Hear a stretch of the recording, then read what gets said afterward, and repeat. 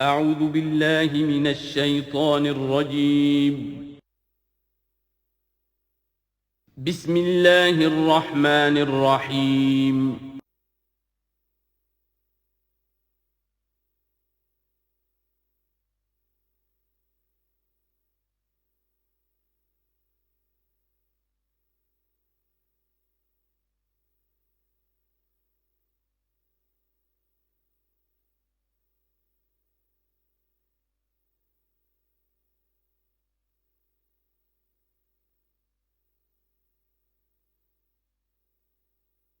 بسم اللہ الرحمن الرحیم یا بنی اسرائیل اذکروا نعمتی التی انعمت علیکم وانی فضلتکم علی العالمین واتقوا یوما لا تجزی نفس عن نفس شیئا ولا يقبل منها شفاعة ولا یؤخذ منها عدل ولا هم ینصرون صدق اللہ العظیم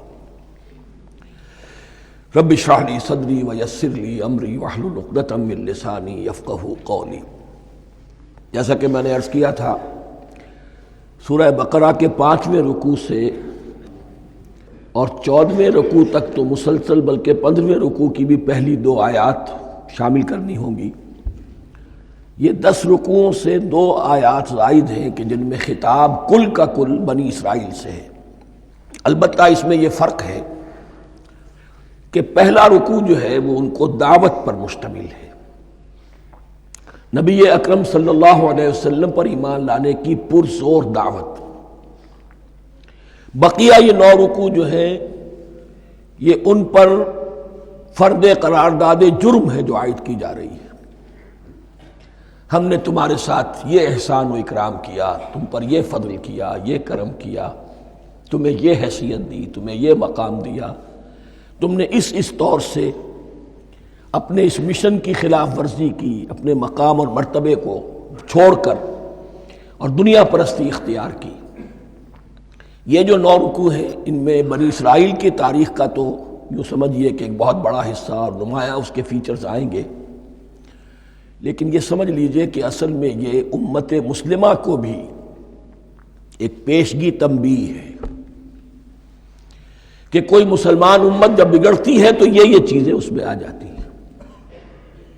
چنانچہ احادیث موجود ہیں حضور کی، لَيَأْتِيَنَّ عَلَىٰ أُمَّتِي مَا أَتَىٰ عَلَىٰ بَنِي إِسْرَائِيلَ حَزْوَ النَّعْلِ بِالنَّعْلِ، میری امت پر بھی وہ سب حالات وارد ہوں گے جو بنی اسرائیل پر آئے، بالکل ایسے جیسے ایک جوتی دوسری جوتی سے مشابہ ہوتی ہے۔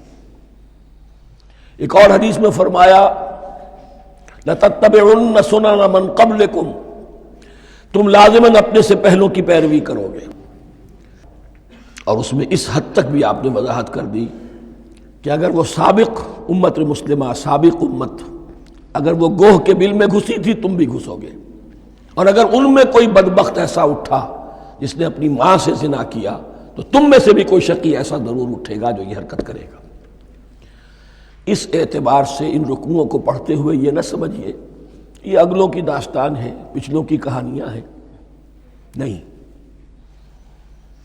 خوش طرح باشد کے سر دل براں، گفت آیت در حدیث دیگراں، یہ ہمارے لیے ایک آئینہ ہے اور ہمیں ہر مرحلے پر سوچنا ہوگا، دروں بینی کرنی ہوگی، انٹروسپیکشن، کہ کہیں اسی گمراہی میں ہم مبتلا تو نہیں۔ دیکھتے جائیے گا۔ دوسرا نقطہ پہلے سے یہ سمجھ لیجئے، یہ جو 2 آیتیں میں نے 6 رکوع کی تلاوت کی ہیں، بعین ہی یہی 2 آیتیں 15ویں رکوع میں آئیں گی، اور اس کو یوں سمجھیے کہ یہ 2 بریکٹس ہیں۔ 9 رکوعوں کا مضمون ان 2 بریکٹس کے درمیان ہے۔ یہ 2 آیتیں یہاں سے بریکٹ شروع ہو رہی ہیں، وہ 2 آیتیں ان پر بریکٹ ختم ہو رہی ہیں، بعین ہی وہی آیات۔ ایک آیت میں تو شوشے کا بھی فرق نہیں، دوسری آیت میں صرف ترتیب بدلی ہے، مضمون وہی ہے۔ اس کے مابین جو کچھ ہے، اس سے باہر یہ جو 5واں رکوع تھا، اس کے مضامین گویا کہ ضرب کھا رہے ہیں بریکٹ کے اندر کے سارے مضامین سے۔ یہ حساب کا بہت ہی عام فہم سا قاعدہ ہے، بریکٹ کے باہر کوئی رقم لکھی ہوئی ہے جس کے بعد کوئی زبر، کوئی جمع یا تفریق اگر نہیں ہے تو وہ ضرب کھائے گی، بریکٹ کے اندر جتنی بھی ویلیوز ہیں ان کے ساتھ ضرب کھائے گی۔ تو گویا کہ ہر قدم پر حضور پر دعوت، ایمان لانے کی دعوت اس پورے معاملے میں موجود ہے، اس لیے کہ اس میں بعض آیتیں ایسی آ گئی ہیں، ایک زیادہ نمایاں ایک کم نمایاں، جن سے کچھ لوگوں کو مغالطہ ہوا یا کچھ لوگوں نے فتنہ پیدا کیا جان بوجھ کر۔ یہ فتنہ ایک بار پیدا ہوا تھا اکبر کے زمانے میں دین الہی کی شکل میں، کہ صرف خدا کو مان لینا، آخرت کو مان لینا اور نیک اعمال کرنا نجات کے لیے کافی ہے، کسی رسول پر ایمان لانا ضروری نہیں ہے۔ یہ صوفیہ میں بھی یہ فتنہ بہت بڑے پیمانے پر آیا۔ مسجد مندر ہکڑو نور، مسجد میں اور مندر میں ایک ہی نور ہے، سب مذاہب ایک ہی ہے، سارا فرق جو ہے شریعتوں کا ہے، عبادت کے ظاہری شکل کا ہے، وہ ہے رسولوں سے متعلق۔ رسولوں کو بیچ میں سے نکال دیجئے تو یہ دین الہی رہ جائے گا، اللہ کا دین۔ اتنا بڑا فتنہ تھا کہ جب ہندوستان میں سیاسی اعتبار سے، حکومت کے اعتبار سے مسلمانوں کا اقتدار چوٹی پر تھا، کلائمیکس پر، اکبر اعظم، اس وقت یہ دین الہی کا فتنہ اٹھا کہ دین محمدی کا اب دور ختم ہو گیا، وہ 1000 سال کے لیے تھا، 1000 سال پورے ہو گئے، اب الف ثانی ہے، دوسرا 1000 سال ہے، اس کے لیے نیا دین ہے، اسے دین اکبری بھی کہا گیا اور دین الہی بھی کہا گیا۔ اور اس میں ایک آیت آئے گی جس سے استدلال کیا ہے کچھ لوگوں نے۔ اس صدی میں پھر یہ فتنہ اٹھا تھا گاندھی کے فلسفے کے ذریعے سے، اور ایک بہت بڑا نابغہ انسان مسلمانوں میں سے، بہت بڑا نابغہ، جینیس، ابوالکلام آزاد، وہ بھی اس فتنے کا شکار ہو گیا۔ متحدہ قومیت، چنانچہ گاندھی اپنی پرارتھنا میں کچھ قرآن کی تلاوت بھی کراتا تھا، کچھ گیتا بھی پڑھواتا تھا، کچھ اپنشدوں سے، کچھ بائبل سے، کچھ گرو گرنتھ سے، معلوم ہو یہ سب ٹھیک ہے، سب ایک ہے، سب لوگوں کو ایک ہونا چاہیے، ایک قوم ہونا چاہیے، مذہب تو انفرادی معاملہ ہے، کوئی مسجد میں چلا جائے، کوئی مندر میں چلا جائے، گردوارے میں چلا جائے، کوئی چرچ میں چلا جائے، کوئی سینیگاگ میں چلا جائے، کیا فرق واقع ہوتا ہے؟ اس کا توڑ یہی ہے کہ سمجھ لیجئے یہ جو 7 آیتیں ہیں 5ویں رکوع کی، یہ ہے بریکٹ کے باہر، اور یہ ضرب کھا رہی ہے مسلسل، اس بریکٹوں کے درمیان جتنی بھی مضمون آ رہا ہے وہ سب ان کے تابع ہوگا۔ گویا کہ جہاں تک حضور پر ایمان لانے کا معاملہ ہے وہ انڈرسٹوڈ سمجھا جائے گا، مقدر سمجھا جائے گا ہر مرحلے پر ان 2 بریکٹوں کے مابین۔ اب چلیے بسم اللہ۔ یا بنی اسرائیل اذکروا نعمتی التی انعمت علیکم وانی فضلتکم علی العالمین، اے اسرائیل کی اولاد، یاد کرو میرے اس انعام کو جو تم پر ہوا، اس کی وضاحت میں کر چکا ہوں، لیکن یہاں جو الفاظ آ رہے ہیں بہت زوردار، وانی فضلتکم علی العالمین، میں نے تمہیں فضیلت عطا کی تمام جہانوں پر۔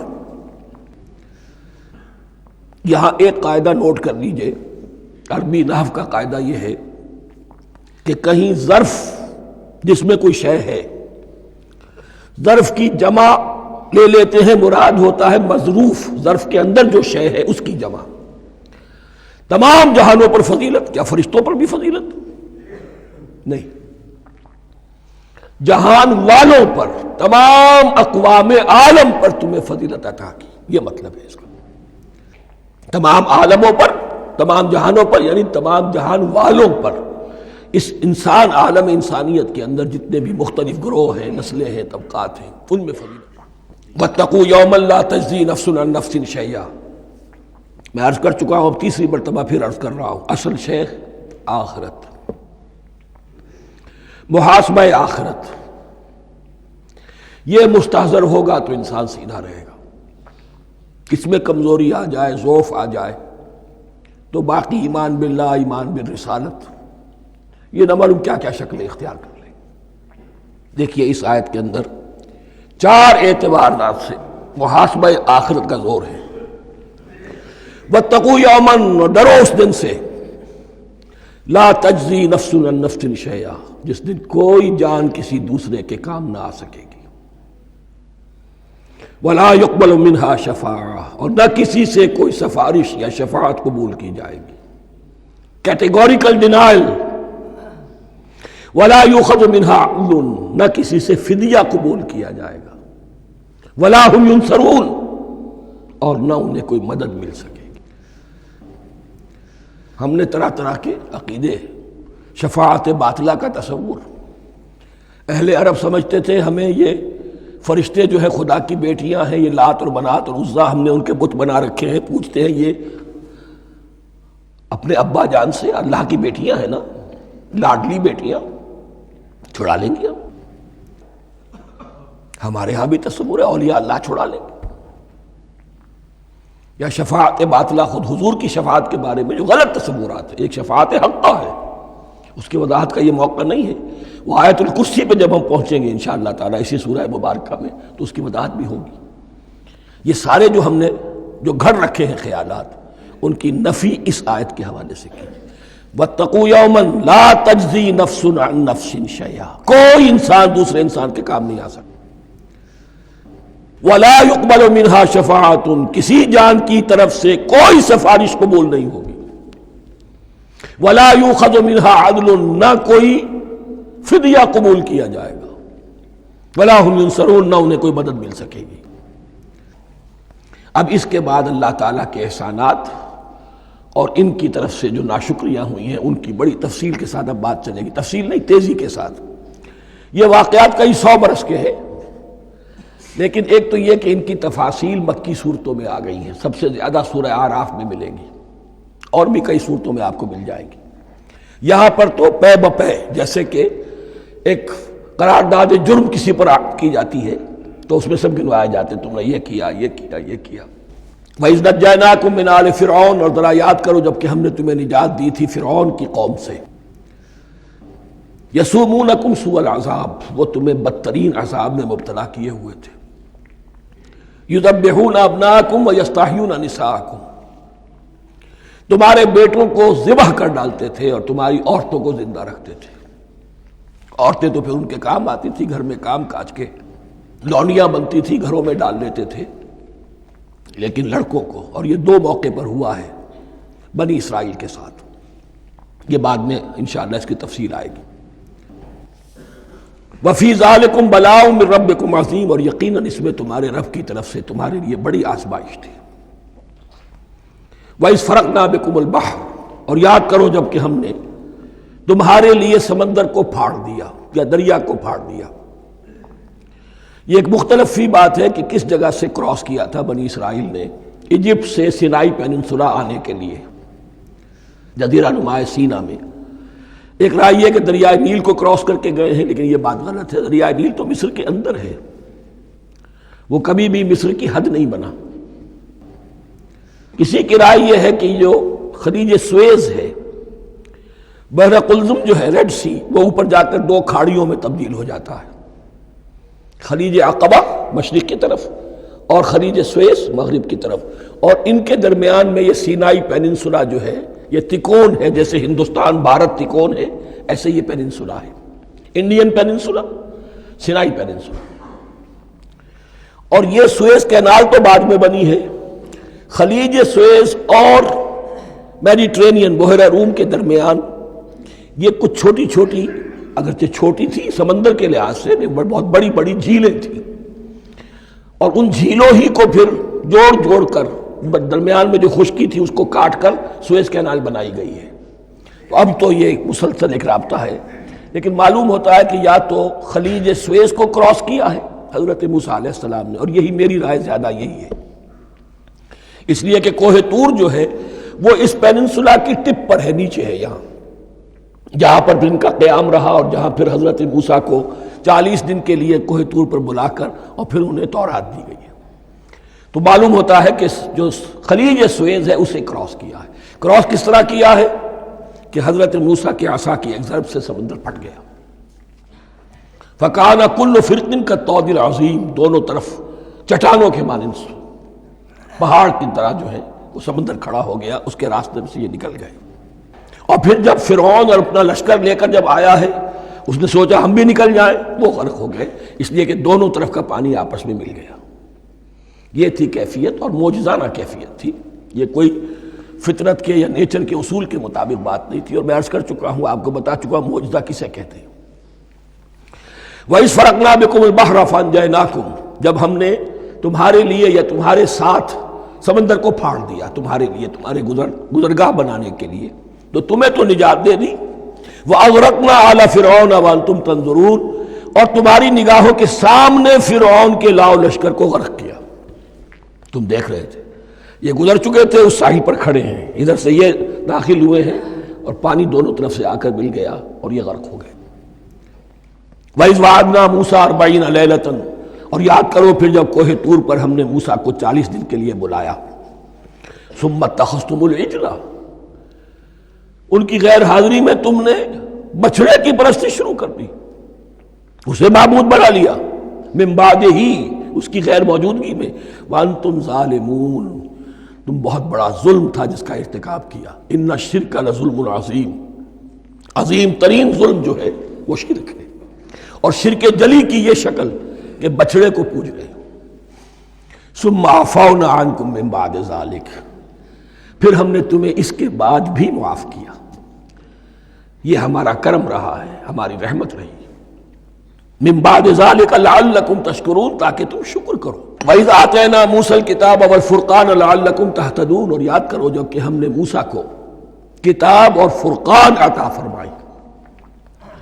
یہ فرقان حق اور باطل کے درمیان فرق کر دینے والی چیز، اور کتاب عام طور پر جو آتا ہے وہ شریعت کے لیے آتا، شریعت بھی دی، کتاب بھی دی، اور فرقان بھی دیا، لعلکم تہتدون، تاکہ تم ہدایت پاؤ۔ وَإِذْ قَالَ مُوسَىٰ لِقَوْمِهِ، اور یاد کرو جب کہ کہا تھا موسیٰ نے اپنی قوم سے، یا قوم انکم ظلمتم انفسکم باتخاذکم العجل، اے میری قوم کے لوگو، یقیناً تم نے اپنے اوپر بڑا ظلم کیا ہے بچڑے کو معبود بنا کر۔ فَتُوبُوا إِلَىٰ بَارِئِكُمْ، پس توبہ کرو اپنے پروردگار، اپنے خالق کی جناب میں۔ باری اللہ تعالیٰ ہے، باری۔ فَاقْتُلُوا أَنفُسَكُمْ، تو قتل کرو اپنے آپ کو۔ یہ چیز جو ہے تورات میں تفصیل سے آئی ہے، قرآن میں نہیں ہے۔ اسی اعتبار سے میں نے آپ کو بتایا تھا کہ تورات کا مطالعہ اس اعتبار سے مفید ہے کہ بہت سے واقعات کا قرآن میں ذکر ہے، اجمالاً اشارہ ہے، اس کی تفصیل کے لیے ہمیں تورات سے رجوع کرنا پڑتا ہے، ورنہ یہ کہ اس آیت کا صحیح مفہوم واضح نہیں ہوگا۔ فَاقْتُلُوا أَنفُسَكُمْ، اپنے آپ کو قتل کرو، کیا مانی؟ یہ قتل مرتد کی سزا ہے۔ وہاں معلوم ہوتا ہے کہ حضرت موسیٰ نے یہ حکم دیا، 12 قبیلے تھے، ہر قبیلے میں سے کچھ لوگوں نے یہ کفر اور شرک کیا، باقی لوگوں نے نہیں کیا۔ انہیں حکم دیا گیا کہ اپنے قبیلے کے لوگ ان کو قتل کریں جو ان کے قبیلے میں سے اس کفر کے مرتکب ہوئے۔ انفسکم سے مراد یہ اپنے قبیلے کے لوگوں کو تم قتل کرو، اس لیے کہ قبائلی زندگی جو ہوتی ہے آپ کو معلوم ہے، اس میں کوئی اور قبیلہ ہاتھ لگا دے تو قبائلی عصبیت بھڑک اٹھے گی۔ 70,000 یہودی قتل ہوئے، اس سے بڑی توبہ اور ممکن نہیں، اس سے بڑا پرج، کسی بھی آئیڈیالوجیکل پارٹی کے اندر پرج بہت ضروری ہوتا۔ کچھ لوگ آ گئے ایک نظریے کو قبول کر کے، رفتہ رفتہ نظریہ اوجل ہو گیا، کچھ مفادات، کچھ چودراہٹیں یہ مقدم ہو گئی، اسی سے جماعتیں خراب ہوتی ہیں، غلط راستے پہ پڑ جاتی ہیں، تحریکیں بھٹک جاتی ہیں۔ تو آئیڈیالوجیکل پارٹی، نظریاتی جماعتیں پرج کرتی رہتی ہیں کہ جو بھی ہمارے نظریے سے ہٹ گئے اب ان کو ہم کاٹ کر علیحدہ کر۔ یہی سے قتل مرتد، تو یہ چیز حدیث میں ہے یا پھر قرآن میں یہاں ہے۔ اس حوالے سے جو لوگ ہمارے ہاں بعض علماء بھی ہیں، جدید دانشور ہیں، جو قتل مرتد کی جو حد ہے اسلام میں اس کو تسلیم نہیں کرتے، لیکن میرے نزدیک یہ شریعت موسوی کا تسلسل ہے کہ شریعت موسوی کی جس شے کو بدلا نہ گیا ہو، جس کے بارے میں صراحتاً یہ معلوم نہ ہو کہ یہ شے تبدیل کر دی گئی، تو وہ شریعت محمدی کا جز بن گئی۔ زنا پر رجم کا معاملہ بھی یہی ہے۔ قرآن مجید میں رجم کی صریح آیت کوئی موجود نہیں ہے، حدیث میں ہے۔ قرآن مجید میں مرتد کے قتل کے لیے کوئی آیت موجود نہیں ہے، حدیث میں ہے، سنت میں ہے، اور دونوں کی کا جو منبع ہے وہ اصل میں تورات ہے۔ تو اس بات کو اچھی طرح نقل کر لیجئے، یہ جگہ اکثر لوگ جو ہے یہاں بہت سرسری طور سے گزر جاتے ہیں، یہ بہت اہم ہے۔ اور اس کے لیے تورات کی طرف رجوع کیجئے. 70,000 6 لاکھ کل تھے جب یہ مصر سے نکلے ہیں. 6 لاکھ تھے. کتنے عرصے کے بعد پیننسولا پہنچے ہیں، سینائی پیننسولا میں اور طور میں کچھ اور ان کی تعداد بڑھ گئی ہوگی، لیکن یہ کہ ان میں سے 70,000 کو قتل کیا اپنے ہاتھوں سے. ہر قبیلے نے اپنے جو مرتد تھے ان کو اپنے ہاتھ سے قتل کیا. فَتُوبُوا إِلَىٰ بَارِئِكُمْ فَاقْتُلُوا أَنفُسَكُمْ ذَٰلِكُمْ خَيْرٌ لَكُمْ عِندَ بَارِئِكُمْ، یہی تمہارے لیے تمہارے رب کے نزدیک بہتر بات ہے. فَتَابَ عَلَيْكُمْ، تو اللہ نے تمہاری توبہ قبول کر لی. توبہ قبول کس طرح ہوئی؟ یہ تزکیہ ہوا ہے امت کا کہ ان میں سے جن لوگوں نے اتنی بڑی غلط حرکت کی ہے ان کو کاٹ کر ذبح کر کے ان کو قتل کر کے پھینک دیا. انہ هو التواب الرحیم، یقیناً وہ تو ہے ہی بہت توبہ کا قبول فرمانے والا اور بہت رحم فرمانے والا. وَإِذْ قُلْتُمْ يَا مُوسَىٰ لَن نُّؤْمِنَ لَكَ حَتَّىٰ نَرَى اللَّهَ جَهْرَةً، ایک اور واقعہ ان کی تاریخ کا. اور یاد کرو جب کہ تم نے کہا تھا اے موسیٰ ہم تو تمہاری بات نہیں مانیں گے. ایمان کے بعد جب لام کا حرف آئے تو اس کے معنی صرف تصدیق کے ہوتے ہیں. لن نؤمن لک، ہم آپ کی بات کی تصدیق نہیں کریں گے. حتیٰ نر اللہ جہرتن، جب تک کہ ہم دیکھ نہ لیں اللہ کو عیانن. ہمیں کیا پتا اللہ نے یہ کتاب دی آپ کو، آپ تو لے کر آ گئے. ہمارے سامنے تو پتھر کی کچھ تختیاں ہیں، اس پہ کچھ لکھا ہوا، کس نے لکھا ہمیں کیا پتا. اب دیکھیے ایک حضرت موسیٰ کی خواہش تھی رب ارنی انظر الیک، وہ کچھ اور شے تھی. یہ تخریبی ذہن ہے جو یہ کہہ رہا ہے کہ ہم بھی چاہتے ہیں کہ اللہ کو اپنی آنکھوں سے دیکھیں اور معلوم ہو کہ واقعی اس نے یہ کتاب آپ کو دی ہے. فَأَخَذَتْكُمُ الصَّاعِقَةُ، تو تمہیں آپ پکڑا ایک بہت بڑی کڑک نے، ایک بہت بڑی کڑک ہوئی اور سب کے سب مردہ ہو گئے. وَأَنْتُمْ تَنظُرُونَ، تمہارے دیکھتے دیکھتے ایک کڑک نے تمہیں آ لیا.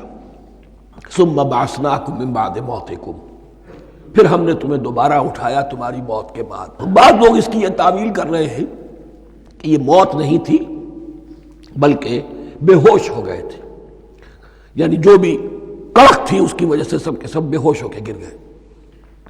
لیکن میرے نزدیک یہاں تعویل کی ضرورت نہیں. بعث بعد الموت اللہ کے لیے کوئی مشکل نہیں. ہم الفاظ کو خواہ کاہے کو ان کے اصل جو مفہوم ہے جو کہ صاف ہے صریح ہے اس سے خواہ کاہے کے لیے موڑ کر لکھا جائے. ثم بعثناکم من بعد موتکم لعلکم تشکرون، تاکہ تم شکر کرو.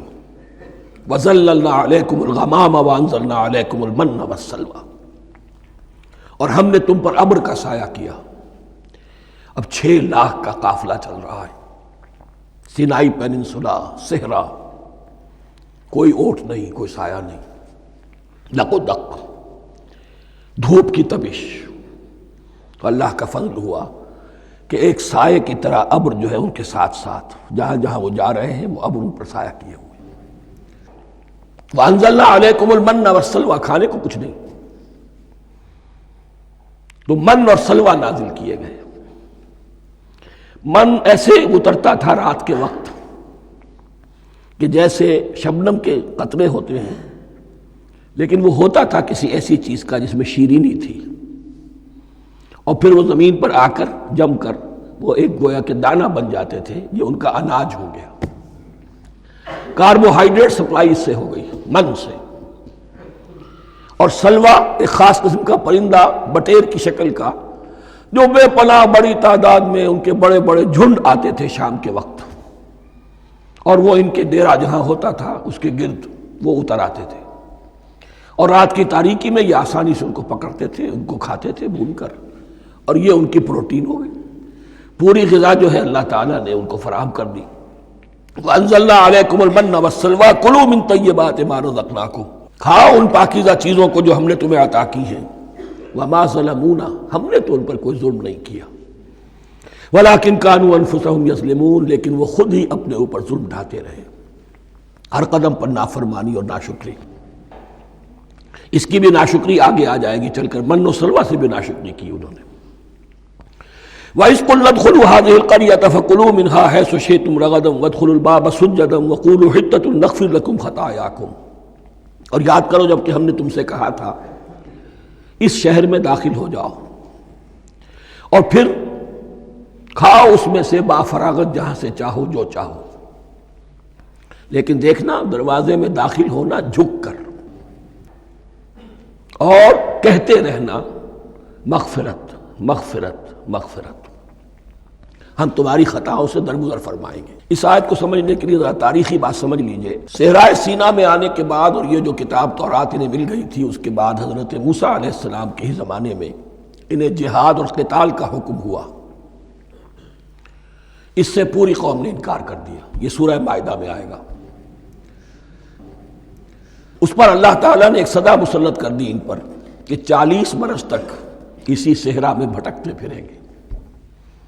اگر یہ ابھی قتال کرتے، جہاد کرتے، تو پورا فلسطین ان کے ہاتھ پر ابھی فتح کرا دیتے، لیکن چونکہ انہوں نے بزدلی دکھائی ہے، اب سزا یہ ہے فَإِنَّهَا مُحَرَّمَةٌ عَلَيْهِمْ 40 سَنَةً يَتِيهُونَ فِي الْأَرْضِ، اب 40 برس تک یہ اسی صحرا میں بھٹکتے پھریں گے، اور ارض فلسطین جو ان کے لیے ارض موعود تھی وہ ان پر حرام کر دی گئی 40 سال کے لیے۔ اس 40 سال کے عرصے میں حضرت موسیٰ کا بھی انتقال ہو گیا، حضرت ہارون کا بھی ہو گیا، اور اس عرصے میں ایک نئی نسل پیدا ہوئی۔ وہ جو غلامی کا داغ اٹھائے ہوئی نسل آئی تھی مصر سے، جن کے اندر مورل کیریکٹر جو ہے وہ بہت کمزور ہو جاتا ہے، وہ پوری نسل ختم ہو گئی، نئی نسل اب پیدا ہوئی۔ 40 برس صحرا میں پیدا ہوئے، یہی پلے بڑھے، ان میں اب ایک جذبہ تھا۔ حضرت موسیٰ کے پھر جو خلیفہ تھے یوشع ابن نون، جوشوا، تورات میں ان کا نام جوشوا ہے، یوشع، ان کی سرکردگی میں اب بنی اسرائیل کی اس نئی نسل نے قتال کیا، جنگ کی، اور پہلا شہر جو فتح ہوا وہ اریحا۔ آج بھی وہ شہر جو ہے جیریکو، جیریکو جو آپ دیکھتے ہیں خبروں کے اندر آتا ہے بار بار، اریحا اس کا پرانا نام ہے، یہ شہر فتح ہوا۔ اس فتح کی بات کا تذکرہ ہو رہا ہے۔ یاد کرو جب کہ ہم نے تم سے کہا تھا اس بستی میں، اس شہر میں داخل ہو جاؤ فاتحانہ، اور پھر جو کچھ یہاں ہے، جو نعمتیں ہیں ان سے متمتع ہو، کھاؤ پیو، لیکن داخل ہونا سجدہ کرتے ہوئے، مراد کیا؟ جھک کر، یعنی ایسا نہ ہو کہ تکبر کی وجہ سے تمہاری گردنیں اکڑ جائیں، گردنیں جھکا کر اللہ کا احسان مانو، یہ نہ سمجھو کہ یہ فتح تم نے حاصل کی۔ اس کی تفسیر اصل میں نظر آتی ہے حضور کی شخصیت میں، کہ جب فتح مکہ کے موقع پر مکے میں داخل ہوئے ہیں تو جس سواری پر آپ بیٹھے ہوئے تھے، آپ کی پیشانی اس کی گردن کے ساتھ جڑی ہوئی تھی۔ یہ وقت ہوتا ہے جب کہ تکبر اور تعلی، فاتح کی حیثیت سے آنا، اور بندہ مومن کے لیے یہی وقت ہے تواضع کا، جھکنے کا۔ وَقُولُوا حِطَّةٌ، حتیٰ یہود تو کہتے ہیں جھاڑ دینے کو، تو اس کے معنی کیا ہے؟ اے اللہ ہمارے گناہ جھاڑ دے، مغفرت، اے اللہ ہمیں مغفرت، ہماری مغفرت فرما، جو خطائیں ہو گئی بخش دے۔ قولوا حطۃ، تمہاری زبان پر استغفار ہونا چاہیے، تمہاری گردنیں جھکی ہوئی ہونی چاہیے۔ نغفر لکم خطایاکم، اگر تم اس پر عمل کرو گے ہم تمہاری خطایا جو ہے، خطائیں جو ہیں انہیں معاف فرما دیں گے۔ وسنزید المحسنین، اور جو تم میں محسن ہوں گے انہیں اور بھی زیادہ دیں گے، اور انعام و اکرام آئیں گے۔ فبدل الذین ظلموا قولا غیر الذی قیل لہم، تو ان میں سے جو ظالم تھے، جو بد کردار تھے، انہوں نے بدل دیا، ایک اور قول اختیار کر لیا اس قول کی جگہ جو انہیں کہا گیا تھا۔ کہا گیا تھا حتہ حتہ، انہوں نے کہنا شروع کیا ہنتا ہنتا، ہمیں تو گیہوں چاہیے، گیہوں چاہیے۔ یہ بعد میں ابھی آ جائے گا اگلے رکوع کے اندر، کہ من و سلوہ سے ان کی طبیعتیں بھر گئی تھی ایک ہی چیز کھا کھا کے۔ اب وہ کہہ رہے تھے کوئی چیز ہمیں جو ہے زمین کی روئیدگی میں سے، پیداوار میں سے، تو وہ ان کے زبان پر انہوں نے مذاق اڑاتے ہوئے گویا کہ حضرت موسیٰ علیہ السلام کے ذریعے سے حکم ملا ہے، استہزاء کر رہے ہیں، حتۃ کی بجائے حنتۃ۔ فانزلنا علی الذین ظلموا رجزا من السماء بما كانوا یفسقون، تو جن لوگوں نے یہ حرکت کی تھی ان پر ہم نے آسمان سے ایک بہت بڑا عذاب نازل کیا۔ تورات سے معلوم ہوتا ہے کہ پلیگ آئی، اور جنہوں نے یہ حرکت کی تھی وہ سب کے سب ہلاک ہو گئے جریکو کے اندر، بما كانوا یفسقون، بسبب اس نافرمانی کے جو انہوں نے کی۔ وَإِذِ اسْتَسْقَىٰ مُوسَىٰ لِقَوْمِهِ فَقُلْنَا اضْرِب بِّعَصَاكَ الْحَجَرَ، اب یہ پھر صحرائے سینا کا واقعات آ رہے ہیں، ان میں ترتیب زمانی نہیں ہے، اور یہاں کی فتح جو ہے حضرت موسیٰ کے بعد ہے، لیکن اب یہاں پہ پھر ابھی وہ جو صحرائے تیہ میں جب بھٹک رہے تھے پھر اس کا ذکر ہے۔ وَإِذِ اسْتَسْقَىٰ مُوسَىٰ لِقَوْمِهِ فَقُلْنَا اضْرِب بِّعَصَاكَ الْحَجَرَ، اور جب کہ موسیٰ کی قوم نے موسیٰ سے پانی طلب کیا۔ اب صحرا میں آپ کو معلوم ہے جہاں پڑاؤ تھا اب وہاں پانی نہیں ہے، 6 لاکھ ہو 7 لاکھ ہو کتنے افراد ہو پانی چاہیے۔ وَإِذِ اسْتَسْقَىٰ مُوسَىٰ لِقَوْمِهِ فَقُلْنَا اضْرِب بِّعَصَاكَ الْحَجَرَ، تو ہم نے کہا کہ اپنے عصا سے ضرب لگاؤ چٹان پر۔ فَانْفَجَرَتْ مِنْهُ اثْنَتَا عَشْرَةَ عَيْنًا، تو اس سے 12 چشمے پھوٹ بہے۔ فجر کہتے ہیں کسی شے کے پھٹ کر کوئی چیز برآمد ہو۔ فجر جو ہوتی ہے، فجر کا وقت رات کی تاریکی کا پردہ چاک ہوتا ہے اور سپیدہ سحر نمودار ہوتا ہے۔ فَانْفَجَرَتْ مِنْهُ اثْنَتَا عَشْرَةَ عَيْنًا، تو 12 چشمے پھوٹ بہے۔ قَدْ عَلِمَ كُلُّ أُنَاسٍ مَشْرَبَهُمْ، یہاں اناس سے کیا مراد ہے؟ ہر قبیلہ، ہر قبیلے نے اپنا گھاٹ معین کر لیا۔ 12 قبیلے تھے، اگر علیحدہ علیحدہ نہ ہوتا معاملہ، 12 چشمے اسی لیے دیے گئے کہ لڑے نہ جھگڑے نہ۔ پانی تو بہت بڑی چیز ہے، کہیں پانی پینے پلانے پہ جھگڑا اور کہیں گھوڑا آگے بڑھانے پہ جھگڑا، یہ تو قبائلی زندگی کے اندر ہوتی ہی چیزیں۔ تو اس اعتبار سے اللہ تعالیٰ نے ان کے لیے یہ سہولت کی کہ 12 چشمے پھوٹ بہے۔ قد علم کل اناس مشربہم، ہر ایک نے اپنا گھاٹ جان لیا، معین کر لیا۔ کلوا واشربوا من رزق اللہ، گویا کہ کہہ دیا گیا کہ کھاؤ اور پیو اللہ کے رزق میں سے۔ ولا تعثوا فی الارض مفسدین، اور زمین میں فساد مچاتے نہ پھرو۔ کھانے پینے کے لیے پانی بھی ادھر آ گیا، کھانے کے لیے من و سلوہ آ گیا۔ اب دیکھیے ان کی ناشکری۔ وَإِذْ قُلْتُمْ يَا مُوسَىٰ لَن نَّصْبِرَ عَلَىٰ طَعَامٍ وَاحِدٍ، یاد کرو جب کہ تم نے کہا تھا اے موسیٰ ہم ایک کھانے پر تو صبر نہیں کر سکتے، کھا کھا کے بکتا گئے ہیں من و سلوہ۔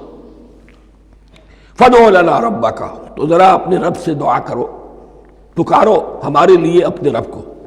یخرج لنا، وہ نکالے ہمارے لیے مما تنبت الارض، زمین کی روئیدگی اور پیداوار میں سے، نباتات ارضی میں سے، من بقلہا، اس کی ترکاریاں، وقصائہا، اور ککڑیاں، کھیرے اور ککڑیاں، ان سب کے لیے یہ لفظ ہے۔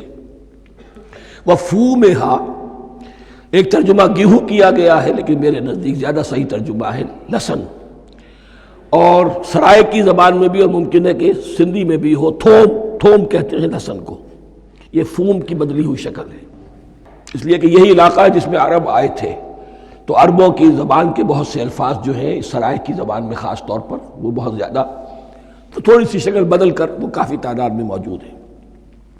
وعدسہا، اور دال خاص طور پر مسور کی، وبصلہا، اور پیاز۔ اب جو چٹخارے جس سے بنتے ہیں سالن کے، ان کی زبانیں وہ چٹخارے مانگ رہی۔ ظاہر بات ہے کہ اگر وہ سلوا بھی تھا، بٹیرا ہے، اسے آگ کے اوپر ذرا سا تپایا اور کھایا، وہ ایک ہی خاص قسم کی غذا ہے جو چل رہی ہے۔ اسی طرح من جو ہے وہ ایک خاص قسم کا سیریل ان کے لیے بن گیا ہے۔ لیکن یہ جو چٹخارے ہیں یہ تو لہسن سے ہے، پیاز سے ہے، ترکاریوں سے ہے، ان تمام چیزوں سے، دال کا اپنا ایک ذائقہ ہے۔ قَالَ تَسْتَبْدِلُونَ الَّذِي هُوَ أَدْنَىٰ بِالَّذِي هُوَ خَيْرٌ، حضرت موسیٰ نے فرمایا کیا تم وہ شے بدلے میں لینا چاہتے ہو اس کے، کیا وہ شے جو کمتر ہے بدلے میں چاہتے ہو اس کے کہ جو بہتر ہے؟ من و سلوہ کہیں بہتر ہے اللہ کی طرف سے جو تمہیں دیا گیا ہے، تم اس سے تمہارا جی بھر گیا ہے، اس کو ہاتھ سے دے کر چاہتے ہو کہ یہ ادنا چیزیں تمہیں ملے۔ اہبتو مصرن، اب یہ لفظ آ گیا اہبتو۔ اب ظاہر بات ہے یہ آسمان سے زمین پر اترنے کے لیے لفظ نہیں ہے اہبتو، یہاں اس کا ترجمہ صحیح ہوگا سیٹل ڈاؤن سم ویئر۔ اگر زمین کی یہ چیزیں چاہیے تو کہیں سیٹل ہو جاؤ اور کاشت کرو، بیج ڈالو، آبیاری کرو، یہ ساری چیزیں تمہیں مل جائیں۔ اہبتو مصرن، کہیں سیٹل ڈاؤن ہو جاؤ، کہیں اتر پڑو کسی بستی میں، کسی علاقے میں۔ فَإِنَّ لَكُمْ مَا سَأَلْتُمْ، تمہیں مل جائے گا جو کچھ کہ تم نے مانگا۔ وَضُرِبَتْ عَلَيْهِمُ الذِّلَّةُ وَالْمَسْكَنَةُ وَبَاءُوا بِغَضَبٍ مِّنَ اللَّهِ، اب یہ ہے ان کی وہ خباثتیں، ان کے وہ ناشکریاں، ان کی وہ معصیتیں، ان پر جو آخری حکم دیا جا رہا ہے، جو اگر آپ برا نہ مانیں تو میں عرض کروں گا آج یہود پر اتنا اپلیکیبل نہیں ہے جتنا مسلمانوں پر ہے۔ ضربت علیہم الذلۃ والمسکنۃ وباؤوا بغضب من اللہ، ذلت اور مسکنت، کم ہمتی ان پر تھوپ دی گئی۔ ضربت علیہم، it was heaped upon them، the humiliation was heaped upon them۔ ضربت علیہم الذلۃ والمسکنۃ وباؤوا بغضب من اللہ، اور وہ اللہ کا غضب لے کر لوٹے۔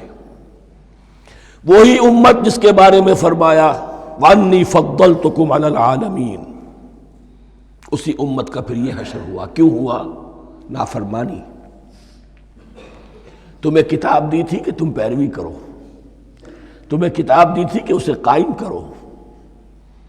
وَلَوْ أَنَّ أَهْلَ الْكِتَابِ أَقَامُوا التَّوْرَاةَ وَالْإِنْجِيلَ وَمَا أُنزِلَ إِلَيْهِم مِّن رَّبِّهِمْ لَأَكَلُوا مِن فَوْقِهِمْ وَمِن تَحْتِ أَرْجُلِهِمْ، اگر یہ تورات اور انجیل کو قائم کرتے، نافذ کرتے، تو نعمتیں زمین بھی اگلتی، ان کے قدموں کے نیچے سے نعمتیں جو ہیں وہ پھوٹتی، اور ان کے سروں کے اوپر سے بھی بارش ہوتی نعمتوں کی۔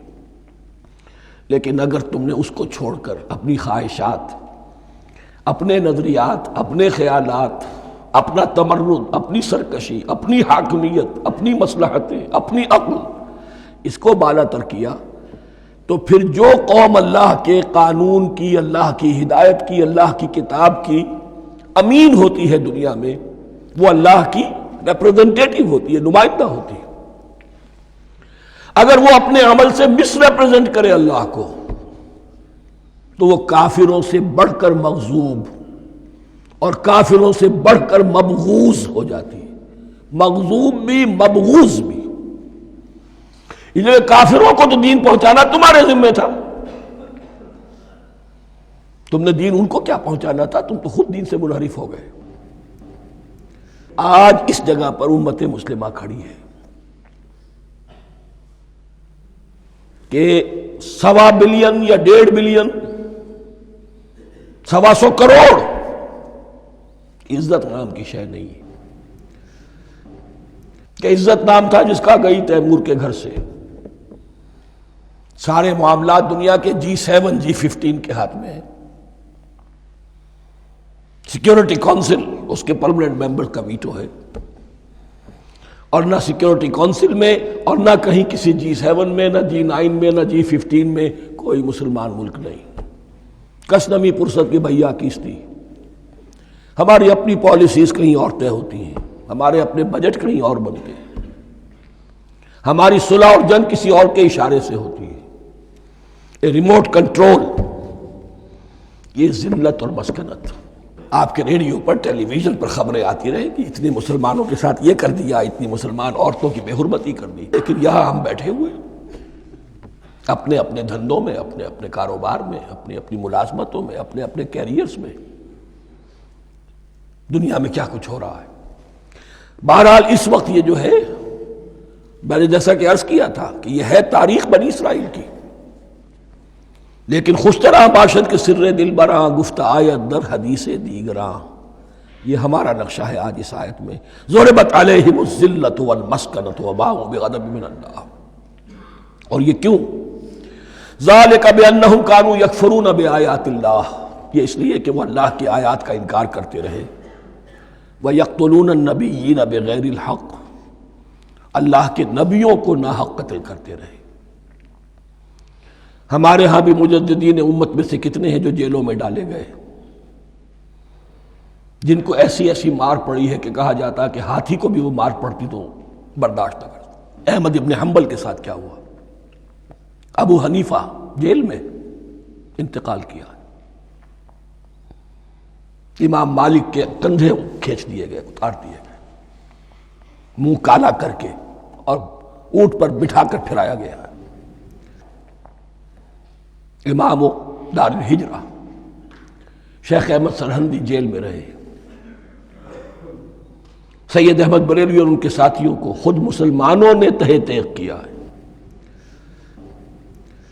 بہرحال یہ داستانیں ہیں، اب نبی تو کوئی نہیں آئے گا، ان کے ہاں نبی تھے، ہمارے ہاں مجددین ہیں، علماء حق ہیں، جیسے کہ حدیث بھی ہے علماء امتی کا انبیاء بنی اسرائیل، تو جو انہوں نے انبیاء کے ساتھ کیا ہم نے مجددین اور علماء کے ساتھ کیا۔ ذالک بما عصوا وکانوا یعتدون، اور یہ ہوا ان کی نافرمانیوں کی وجہ سے اور حد سے تجاوز کرنے کی وجہ سے۔ اللہ تعالیٰ تو ظالم نہیں ہے، اللہ نے تو اونچا مقام دیا تھا، ہمیں بھی خیر امت قرار دیا، کنتم خیر امت اخرجت للناس تأمرون بالمعروف وتنہون عن المنکر وتؤمنون باللہ۔ اب اگر ہم نے وہ اپنا مشن چھوڑ دیا تو ذلت اور مسکنت وہ ہمارا مقدر بن گئی۔ اللہ کا قانون اور اللہ کا عدل بے لاگ ہے، وہ فرام امہ ٹو امہ چینج نہیں ہوتا۔ سنت اللہ جو ہے لن تجد لسنت اللہ تحویلا ولن تجد لسنت اللہ تبدیلا، اللہ کی سنت بدلتی نہیں۔ بنی اسرائیل کا جو حشر ہوا آج وہ ہمارا ہو رہا ہے۔ بہرحال اس پر میری جو کتاب ہے سابق اور موجودہ مسلمان امتوں کا ماضی حال اور مستقبل، اس کا مطالعہ کیجیے۔ اب آ گئی وہ آیت کہ جس سے استدلال کیا گیا ہے کہ ایمان بالرسالت نجات کے لیے ضروری نہیں ہے۔ ان الذین آمنوا والذین ہادوا والنصارى والصابئین من آمن باللہ والیوم الآخر وعمل صالحا فلہم اجرہم عند ربہم ولا خوف علیہم ولا ہم یحزنون۔ یقیناً جو لوگ ایمان لائے، اور اس سے مراد ہے جو ایمان لائے حضور پر، محمد پر صلی اللہ علیہ وسلم، والذین ہادوا، اور جو یہودی ہو گئے، والنصارى، اور نصرانی، والصابئین، اور صابی وہ لوگ تھے عراق کے علاقے میں رہتے تھے جو کہتے تھے کہ ہم دین ابراہیمی پر ہیں، لیکن ان کے ہاں بھی بہت کچھ بگڑ گیا تھا، جیسے حضرت ابراہیم کی نسل حضرت اسماعیل کی نسل بگڑ گئی تھی، تو اس طرح وہ بھی بگڑ گئے تھے۔ ستارہ پرستی زیادہ تر ان کے ہاں تھی۔ من آمن باللہ والیوم الآخر، جو کوئی بھی ایمان لایا اللہ پر اور یوم آخر پر، وعمل صالحا، اور اس نے عمل کیے اچھے، فلہم اجرہم عند ربہم، تو ان کے لیے محفوظ ہے ان کا اجر ان کے رب کے پاس، ولا خوف علیہم ولا ہم یحزنون، اور نہ ان پر کوئی خوف ہوگا اور نہ وہ کسی حزن سے دوچار ہوں گے۔ ظاہر الفاظ کے اعتبار سے دیکھیے کہ یہاں ایمان بالرسالت کا ذکر نہیں ہے۔ ویسے تو اگر کوئی اس سے یہ غلط استدلال کرتا ہے تو اس کا پہلا جو اصولی جواب ہے وہ تو یہ ہے کہ ایسی حدیثیں بھی موجود ہیں، من قال لا الہ الا اللہ دخل الجنہ، تو اس کے کیا معنی ہے؟ صرف کہنے سے جنت میں داخل ہو جائیں گے، کسی عمل کی ضرورت نہیں؟ جواب یہ دیا جائے گا پورے قرآن کو سامنے رکھو، پورے حدیث کے ذخیرے کو سامنے رکھو، کسی ایک جگہ سے کوئی ایک نتیجہ نکال لینا وہ صحیح نہیں۔ لیکن اس کے علاوہ وہ اصول جو میں بیان کر چکا ہوں کہ یہ سلسلہ شروع کہاں سے ہوا ہے، 5واں رکوع، وَآمِنُوا بِمَا أَنزَلْتُ مُصَدِّقًا لِمَا مَعَكُمْ وَلَا تَكُونُوا أَوَّلَ كَافِرٍ بِهِ، انہیں ایمان کی زوردار دعوت سے تو یہ ساری بات شروع ہوئی ہے۔ اب فصاحت اور بلاغت کا یہ تقاضا ہے کہ بار بار اس کو دہرایا نہ جائے، وہ بات انڈرسٹوڈ رہے گی، مقدر رہے گی، سمجھی جائے گی کہ ہر جگہ پر وہ موجود ہے، اس لیے کہ ساری گفتگو ہو رہی ہے اسی کے حوالے سے۔ وَآمِنُوا بِمَا أَنزَلْتُ مُصَدِّقًا لِمَا مَعَكُمْ وَلَا تَكُونُوا أَوَّلَ كَافِرٍ بِهِ وَلَا تَشْتَرُوا بِآيَاتِي ثَمَنًا قَلِيلًا وَإِيَّايَ فَاتَّقُونِ۔ اس حوالے سے یوں سمجھیے اب اس آیت کو کہ یہاں پر کچھ الفاظ محذوف مانے جائیں گے، ان الذین آمنوا والذین ہادوا والنصارى والصابئین من آمن باللہ والیوم الآخر وعمل صالحا فی ایامہم فلہم اجرہم عند ربہم ولا خوف علیہم ولا ہم یحزنون۔ ہر دور میں جبکہ ابھی حضرت عیسیٰ نہیں آئے تھے تو جو بھی یہودی تھے اس وقت تک، حضرت موسیٰ کے ماننے والے، وہ جو بھی اللہ پر ایمان رکھتے تھے اور نیک عمل کرتے تھے، آخرت کو مانتے تھے، ان کی نجات ہو جائے گی۔ لیکن حضرت عیسیٰ کے آنے کے بعد ان کو نہیں مانا، اب وہ کافر قرار۔ لیکن اب حضرت عیسیٰ کے آنے کے بعد جب تک حضور نہیں آئے جو بھی مانتا ہے، لیکن یہ کہ شرط یہی ہوگی کہ اپنے اپنے زمانے میں، اصل میں نفی جس بات کی جا رہی ہے وہ یہ ہے کہ یہ نہ سمجھو کہ کسی گروہ میں ہونے سے نجات ہوتی ہے، نجات کسی گروہ میں ہونے کی وجہ سے نہیں ہے، نجات کی بنیاد ایمان اور عمل صالح ہے۔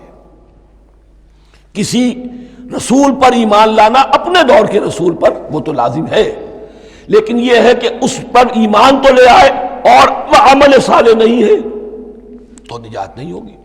تو یہ اپنے اپنے دور میں، اپنے اپنے زمانے میں ہر امت کے لیے وَلِكُلِّ أُمَّةٍ أَجَلٌ قرآن مجید کے ایک مقام پر آیا ہے، ہر امت کے لیے ایک خاص معین مدت ہے۔ اس معینہ مدت میں اب ظاہر بات ہے جو لوگ حضور کی بعثت سے پہلے فوت ہو گئے ان پر تو کوئی ذمہ داری نہیں تھی حضور پر ایمان لانے کی، اور ایسے لوگ تھے، ایسے موحدین مکے میں موجود تھے جو یہ کہتے تھے کعبے کے پردے پکڑ پکڑ کر، اے اللہ ہم صرف تجھے پوجنا چاہتے ہیں، صرف تیری بندگی کرنا چاہتے، لیکن جانتے نہیں کیسے کریں۔ یہ بات موجود تھی اور ان کا انتقال بھی ہو گیا۔ یہ زید، سعید ابن زید، سعید جو حضرت عمر کے بہنوئی تھے اور وہ عشرہ مبشرہ میں سے ہیں، ان کی اہلیہ حضرت فاطمہ بنت خطاب، ان دونوں کے ایمان کو اللہ نے ذریعہ بنایا حضرت عمر کے ایمان کا، اور یہ والد تھے سعید کے زید، وہ یہ کہتے ہوئے دنیا سے چلے گئے حضور کی ابھی بعثت ہی نہیں ہوئی تھی، اے اللہ میں صرف تیری بندگی کرنا چاہتا ہوں، کیسے کروں یہ نہیں جانتا۔ اسی کو ذہن میں رکھیے، اہدنا الصراط المستقیم جو میں نے کہا تھا، ایک سلیم الفطرت انسان، سلیم العقل انسان توحید تک پہنچ جاتا ہے، آخرت کو پہچان لیتا ہے، لیکن اب کیا کروں؟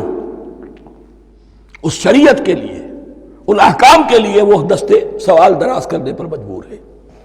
الحمدللہ رب العالمین الرحمن الرحیم مالک یوم الدین ایاک نعبد و ایاک نستعین اہدنا الصراط المستقیم۔ اسی صراط المستقیم کی دعا کا یہ جواب اب آئے گا، شروع ہوگا سورہ بقرہ سے، یہ کرو یہ نہ کرو، یہ فرض ہے، یہ تم پر لازم کیا گیا، یہ چیز حرام کی گئی، وغیرہ وغیرہ۔ ان الذين آمنوا والذين هادوا والنصارى والصابئين من آمن بالله واليوم الآخر وعمل صالحا، اور محذوف الفاظ فی ازمنتہم، اپنے اپنے زمانے میں، یا فی ایامہم، فلہم اجرہم عند ربہم ولا خوف علیہم ولا هم یحزنون۔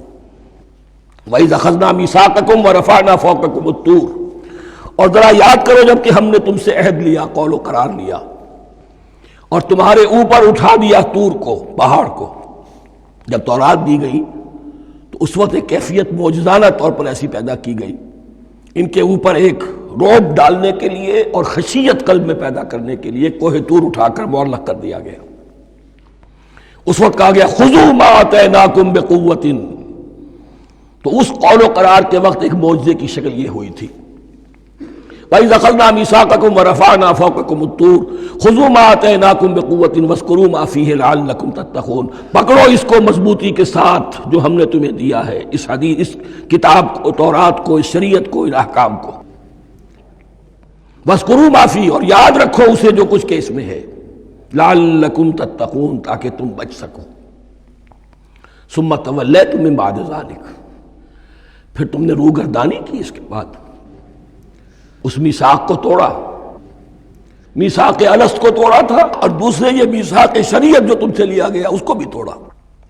ثم تولیتم من بعد ذلک فلولا فضل اللہ علیکم ورحمتہ لکنتم من الخاسرین، پھر اگر اللہ کا فضل تمہارے شامل حال نہ ہوتا اور اس کی رحمت تمہاری دستگیری نہ کرتی رہتی، بار بار تمہیں معاف کیا، تمہیں مہلت دی، تو اگر یہ چیز نہ ہوتی تو اسی وقت سے تم خسارہ پانے والے اور تباہ ہونے والے ہو جاتے۔ وَلَقَدْ عَلِمْتُمُ الَّذِينَ اعْتَدَوْا مِنْكُمْ فِي السَّبْتِ، اور تمہیں خوب معلوم ہے تم میں سے وہ لوگ جنہوں نے سبت کے قانون کو توڑا، حد سے تجاوز کیا۔ یہ واقعہ تفصیل کے ساتھ سورہ اعراف میں آئے گا کہ ان کی شریعت میں ہفتے کا روز معین کر دیا گیا تھا، کوئی دنیاوی کام نہیں ہوگا۔ آج بھی وہ لوگ جو ہے سبت کو، جو بھی پریکٹسنگ جیوز ہیں، وہ اس کی پابندی کرتے ہیں اور بڑی شدت سے کرتے ہیں۔ لیکن ایک زمانے میں ایک خاص ان کا قبیلہ تھا کہ جس نے ایک بڑے ہی شرعی ہیلہ ایجاد کر کے اس قانون کی دھجیاں بکھیری، تفصیل ہم پڑھیں گے سورہ اعراف میں۔ وَلَقَدْ عَلِمْتُمُ الَّذِينَ اعْتَدَوْا مِنْكُمْ فِي السَّبْتِ، اور تمہارے علم میں ہے تمہارے وہ لوگ کہ جنہوں نے سبت کے قانون کے ضمن میں خلاف ورزی کی، فَقُلْنَا لَهُمْ كُونُوا قِرَدَةً خَاسِئِينَ، تو ہم نے کہہ دیا ان کو کہ ہو جاؤ ذلیل بندر، ان کی شکلیں بس کر دی گئی، انہیں بندروں کی شکل میں تبدیل کر دیا گیا۔ فَجَعَلْنَاهَا نَكَالًا لِمَا بَيْنَ يَدَيْهَا، پھر ہم نے اس واقعے کو یا اس بستی کو ایک بنا دیا مثال، لوگوں کے لیے ان کی عبرت کے سامان بنا دیا، ان کے لیے بھی جو سامنے موجود تھے اس زمانے کے لوگ، اور ان کے لیے بھی جو بعد میں آنے والے تھے۔ وَمَوْعِظَةً لِّلْمُتَّقِينَ، اور اسے ایک نصیحت، ایک سبق آموزی کی بات بنا دیا اہل تقویٰ کے لیے۔ وَإِذْ قَالَ مُوسَىٰ لِقَوْمِهِ إِنَّ اللَّهَ يَأْمُرُكُمْ أَن تَذْبَحُوا بَقَرَةً، اور یاد کرو جب کہ موسیٰ نے اپنی قوم سے کہا یقیناً اللہ تمہیں حکم دیتا ہے کہ ایک گائے کو ذبح کرو۔ یہ واقعہ میں پہلے آپ کو بتا دوں، پھر ہم یہ آیات تیزی سے پڑھ لیں گے۔ بنی اسرائیل میں ایک شخص قتل ہو گیا، عامیل نامی، اور قاتل کا پتہ نہیں چل رہا تھا۔ اللہ تعالیٰ نے حضرت موسیٰ کے ذریعے سے انہیں حکم دیا کہ ایک گائے کو ذبح کرو، اور اس کے جسم کے ایک ٹکڑے سے اس مردے کو چھوؤ، وہ جی اٹھے گا اور وہ بتا دے گا میرا قاتل کون ہے۔ اب یہ کہ یہ معجزات کی شکل ہے جو بار بار آ رہے ہیں، اور سابق اس امت کے اندر معجزات کا آپ کو بہت عمل دخل ملے گا۔ اس میں ایک تو یہ کہ گائے کو ذبح کرنا، وہ گائے کے تقدس کا جو ان کے دل میں ذہن میں تھا، تو ذبح کرنے سے اس کے اوپر بھی گویا کہ ایک تلوار چلائی گئی، اور پھر انہیں دکھا بھی دیا گیا کہ ایک آدمی زندہ بھی ہو سکتا ہے، بعد سے بعد الموت کا بھی ایک نقشہ دکھا دیا گیا انہیں۔ لیکن انہیں جب یہ حکم ملا اور ان کے دلوں کے اندر وہ بچڑے کی اور گائے کی تقدیس جو ہے وہ پلی ہوئی تھی، اب انہوں نے سوال کر کے کسی طریقے سے بچنے کے لیے مین میخ نکالی، کیسی گائے ہو، کیا رنگ ہو، کس طرح کی ہو، کس عمر کی ہو۔ بالآخر یہ کہ جب ہر طرف سے گھیراؤ ان کا ہو گیا اور سب چیزیں جو ہیں ان کے سامنے واضح کر دی گئیں، تب انہوں نے یوں سمجھیے چاروں ناچار بادل ناخواستہ اس حکم پر عمل کیا۔ بس اب ترجمہ کر لیجئے۔ وَإِذْ قَالَ مُوسَىٰ لِقَوْمِهِ إِنَّ اللَّهَ يَأْمُرُكُمْ أَن تَذْبَحُوا بَقَرَةً، اور یاد کرو جب کہ موسیٰ نے کہا اپنی قوم سے کہ اللہ حکم دیتا ہے تمہیں کہ ایک گائے کو ذبح کرو۔ قَالُوا أَتَتَّخِذُنَا هُزُوًا، انہوں نے کہا کہ آپ ہمارے ساتھ کوئی ٹھٹھا کر رہے ہیں، مذاق اڑا رہے ہیں، یہ کیا بات آپ کہہ رہے ہیں؟ قَالَ أَعُوذُ بِاللَّهِ أَنْ أَكُونَ مِنَ الْجَاهِلِينَ، فرمایا میں اللہ کی پناہ طلب کرتا ہوں اس سے کہ میں جاہلوں میں سے ہو جاؤں، کہ میں ان دین کے معاملات کے اندر استہزاء اور تمسخر کو شامل کر دوں۔ قالوا ادع لنا ربك يبين لنا ما هي، اب انہوں نے کہا اچھا ایسی بات ہے تو ذرا اپنے رب سے دعا کیجئے کہ وہ ہم پر واضح کر دے کہ وہ کیسی ہو۔ قال انه يقول، حضرت موسیٰ نے فرمایا اللہ تعالیٰ فرماتا ہے انها بقرة لا فارض ولا بکر، وہ ایک ایسی گائے ہونی چاہیے کہ جو نہ بوڑھی ہو نہ بالکل بچھیا ہو، عوان بین ذالک، ان کے بین بین ہو۔ فَفَعَلُوا مَا تُؤْمَرُونَ، تو اب کر گزرو جو تمہیں حکم دیا گیا۔ قَالُوا ادْعُ لَنَا رَبَّكَ يُبَيِّن لَنَا مَا لَوْنُهَا، اب انہوں نے پھر کہا ذرا ایک دفعہ اور دعا کیجئے اپنے رب سے، وہ ہمیں بتا دے اس کا رنگ کیسا ہونا چاہیے۔ قَالَ إِنَّهُ يَقُولُ إِنَّهَا بَقَرَةٌ صَفْرَاءُ فَاقِعٌ لَوْنُهَا تَسُرُّ النَّاظِرِينَ، فرمایا اللہ فرماتا ہے کہ وہ گائے ایسی ہونی چاہیے زرد رنگ، شوخ رنگ، شوخ زرد رنگ کی، چمکیلی، جو دیکھنے والوں کو خوب اچھی لگے، پسند آئے، دل میں کھپ جانے والی۔ اب جو زیادہ سے زیادہ ان کے ہاں مقدس سمجھے جاتے تھی گائے، رفتہ رفتہ سوال کر کے اگر پہلے ہی حکم پر وہ کر دیتے تو کسی بھی گائے کو ذبح کر دیتے، لیکن یہاں گھیراؤ ان کا ہو رہا ہے کہ جس کی تقدس کا ان کے ذہن میں زیادہ سے زیادہ تاثر ہے اسی کو واضح کیا جائے۔ قالوا ادع لنا ربك يبين لنا ما هي، پھر انہوں نے کہا ذرا اللہ سے دعا کیجئے اور وہ ہمیں یہ بتائے کہ وہ کیسی ہو۔ ان البقرہ تشابہ علینا، یقیناً ہم کچھ شبے میں پڑ گئے ہیں، یہ گائے کا معاملہ مشتبہ ہو گیا ہے ہم پر۔ قال انہ یقول، فرمایا اللہ فرماتا ہے انہا بقرۃ لا ذلول تثیر الارض ولا تسقی الحرث، وہ ایک ایسی گائے ہونی چاہیے کہ جو کوئی جس سے مشقت نہ لی جاتی ہو، نہ وہ ہل جوتتی ہو اور نہ وہ رہٹ کا پانی کھینچتی ہو۔ تسیر الارض، نہ تو وہ زمین کو جوتنے میں ہل چلانے میں کام نہیں لی جائے، ولا تسقی الحرث، اور نہ کھیتی کو پانی پلانے کے لیے وہ پانی کھینچنے میں استعمال کیا جائے۔ مسلمتن، اور پوری سالم ہونی چاہیے، یک رنگ، لا شیۃ فیہا، اس میں کسی دوسرے رنگ کا کوئی داغ تک نہ ہو۔ اب کیا کرتے، گھیراؤ میں آ گئے۔ قالوا الآن جئت بالحق، کہا انہوں نے کہ ٹھیک ہے، اب تو آپ نے بات جو ہے پوری طریقے سے واضح کر دی۔ فَذَبَحُوهَا وَمَا كَادُوا يَفْعَلُونَ، تب انہوں نے اس کو ذبح کیا اور وہ کرنے والے نہیں تھے، دل میں نہیں تھا، بادل ناخواش تھا۔ اب دیکھیے یہاں ترتیب ذرا واقعے کی جو ہے مختلف ہو گئی ہے۔ جو اس ذبح بقرہ کا سبب تھا وہ بعد میں بیان ہو رہا ہے یہاں۔ تورات میں چونکہ واقعات کو اس طریقے سے بیان کیا ہے لہذا وہاں ترتیب دوسری ہے۔ وَإِذْ قَتَلْتُمْ نَفْسًا فَادَّارَأْتُمْ فِيهَا، اور یاد کرو جب کہ تم نے ایک جان کو قتل کیا تھا اور اس کا الزام تم ایک دوسرے پر لگا رہے تھے، یعنی کسی کا پتہ نہیں چل رہا تھا قاتل کون ہے۔ وَاللَّهُ مُخْرِجٌ مَا كُنتُمْ تَكْتُمُونَ، اور اللہ تعالیٰ فیصلہ کر چکا تھا کہ جو کچھ تم چھپا رہے ہو اسے نکال کر رہے گا، واضح کرے گا۔ فَقُلْ اضْرِبُوهُ بِبَعْضِهَا، تو ہم نے حکم دیا کہ اس کی لاش کو اس گائے کے ایک ٹکڑے سے، اس کے جسم کے ایک حصے سے ضرب لگاؤ۔ كَذَلِكَ يُحْيِي اللَّهُ الْمَوْتَىٰ، اور دیکھو اس طریقے سے اللہ مردوں کو زندہ کر دے گا۔ تھوڑی دیر کے لیے وہ زندہ ہوا اور اس نے اپنے قاتل کا نام بتا دیا۔ وَيُرِيكُمْ آيَاتِهِ لَعَلَّكُمْ تَعْقِلُونَ، اور وہ تمہیں دکھاتا ہے اپنی آیات تاکہ تم عقل سے کام لو۔ اب جو الفاظ آ رہے ہیں بہت سخت ہیں، بہت سخت ہیں، لیکن ان کو پڑھتے ہوئے درون بینی ضرور کیجیے گا، اپنے اندر جھانکیے گا۔ ثُمَّ قَسَتْ قُلُوبُكُمْ، پھر تمہارے دل سخت ہو گئے۔ جب دین میں ہیلے بہانے نکالے جانے لگے اور ہیلوں بہانوں کے ذریعے سے شریعت کے احکام سے بچا جائے، اللہ کو دھوکہ دینے کی کوشش کی جائے، اس کا جو نتیجہ نکلتا ہے وہ دل کی سختی ہے۔ ثم قست قلوبکم، پھر تمہارے دل سخت ہو گئے۔ فہی کالحجارۃ او اشد قسوہ، تو وہ تو اب پتھروں کے مانند ہیں بلکہ سختی میں ان سے بھی زیادہ شدید ہے۔